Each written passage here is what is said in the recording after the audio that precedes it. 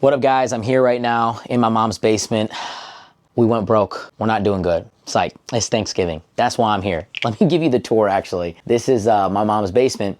This is home to me, okay? This is my mom's house. It's nothing crazy. Here's my piano, by the way. I play piano, if you guys did not know. And food, ignore that. I know, it's like a mess, like a frat house in here. Look at my stuff on the ground and my dog over here and everything like that. But yes, this is typical Asian household. One thing about an Asian household you gotta have is the fridge in the basement. There's your boy, Sumi, over here. And yeah, you got a fridge with aloe vera and then a bunch of vegetables down here, some random stuff. And then we have this other room, which is not even like a bedroom. It's like almost like storage in a way, but it's got a bed. Asian people, brown people, we just always have beds because we have people that visit us all the time. So we have stuff, but I've been here in so many different stages of my life. I've been here when I've been broke. I've been here when I'm doing well. I've been here when I was opening different businesses, bar backing, bartending at the Indian Stadium, all sorts of different things. And obviously I've been here in different relationships. I've been sitting here talking to different people throughout my life. And it's crazy to just sit back and reflect. Not necessarily like how far I've come, but how many different situations you've been through in life and how this is still home. You know, my life is very interesting right now. Mainly what I'm focused on is the trading. You know, I've been involved in so many different businesses. I've been involved in restaurants. I've been involved in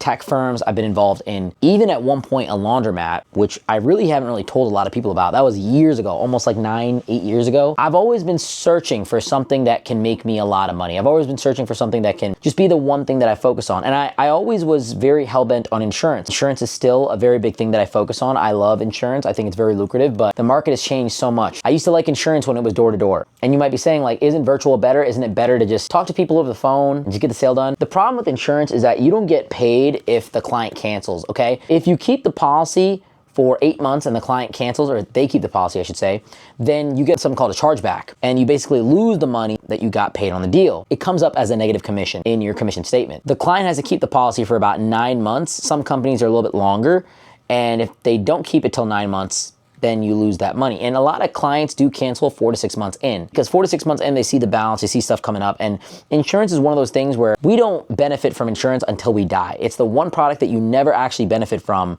until you're actually dead. Most people that buy a product, or most things that you buy, they have some kind of tangible benefit. A car you can get in, a house you can live in, whatever it may be. But insurance is almost like an investment for people that are not you when you're not around, so you can't even be thanked, oh wow, you had the foresight to do this. Like, it's just a very flawed concept when it comes to human nature. Like, we're benefiting people after we die. We're dead.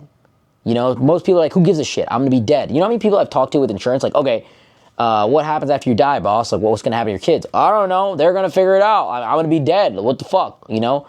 And it's like, sometimes people joke about that stuff, but they really just don't care. So insurance is like a very, very interesting thing. I still sold a lot of insurance. We still sell a lot of insurance.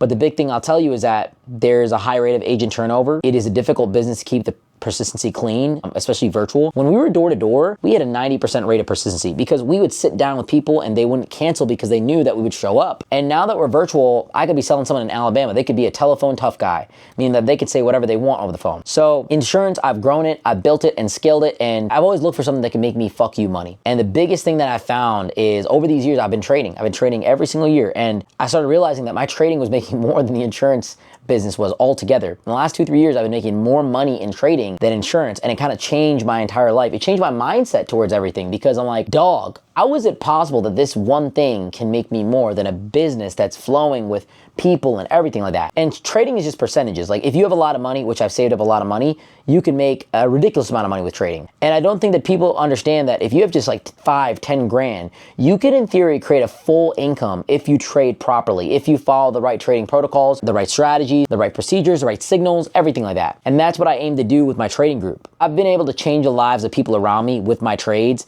I've been able to give them picks that they absolutely just bank on. And you don't understand the like ease, the psychology, pressing buttons on a screen to make fucking fuck you money. It's crazy. It's insane. And in my case, it's millions and millions and millions of dollars. I've come to so many different epiphanies sitting in this bed here, you know, sitting in this little spot here. Now I'm in a different state where I'm looking at trading and I'm like, wow, this could really change my life. This could change everything. This is all I do now. I don't know why more people don't jump in those signal groups. I don't know why more people don't jump in groups and just take trades. Because if you just have a little bit of money saved, if you just work a 9 to 5 and you live below your means and you have more income coming in than going out, you can invest the difference into trading and just start scaling a whole source of income that's not necessarily necessarily passive, it's active because you have to do work on it every day, 10 to 20 minutes. But if you're able to do that, like we have a lot of jobs now where we can access our phone and, you know, check things, you can make a full income. And then after you make that full income for the first year, then you scale even more, just keep going. It just keeps compounding. It's scary, man. It's actually nuts. I think I found the secret method. This is the method, and it hasn't been patched. And when you look at the richest people in the world, they're hedge fund owners. They are people that own businesses and large companies, and they're just making a ton of money from passive interest on large capital amounts, large assets under management. And I'm like, if I can get a lot of money, not that I necessarily can become my own hedge fund, but I can get other people to pool money with me and make up a small percentage rate on managing that money.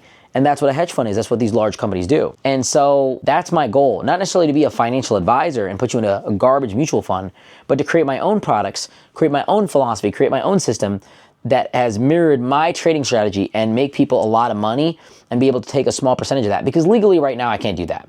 I can give you my signals, I can tell you what I do and what I buy, and I can have you emulate my results and replicate my returns, but I can't give you financial advice. I can't give anyone advice financially, and I can't take people's money and invest it for them unless I have some kind of financial structure. So my next goal right now is to create that hedge fund, to get my series licenses and everything like that. And I'm just gonna go straight to the top because I've saved up a lot of money. Yeah, I wanna change the world. I wanna change my world. I wanna change my family's world. I wanna build generational wealth. Nobody in my family has a lot of money. We didn't come from a lot of money. This house right now, I pay for everything in it. And it's not a crazy house, you know, obviously you could see it's not anything insane, you know, it's a very simple basement. But I wanna make sure that my kids don't have to go through the things that I went through. And I wanna make sure that my family is taken care of. And I think everyone wants people to live around them in a calm, easygoing way. I like making people happy. I like making sure that people don't have to worry. And the biggest worry that most people have in life is money. As much as we don't want to talk about how money isn't important, it is really important.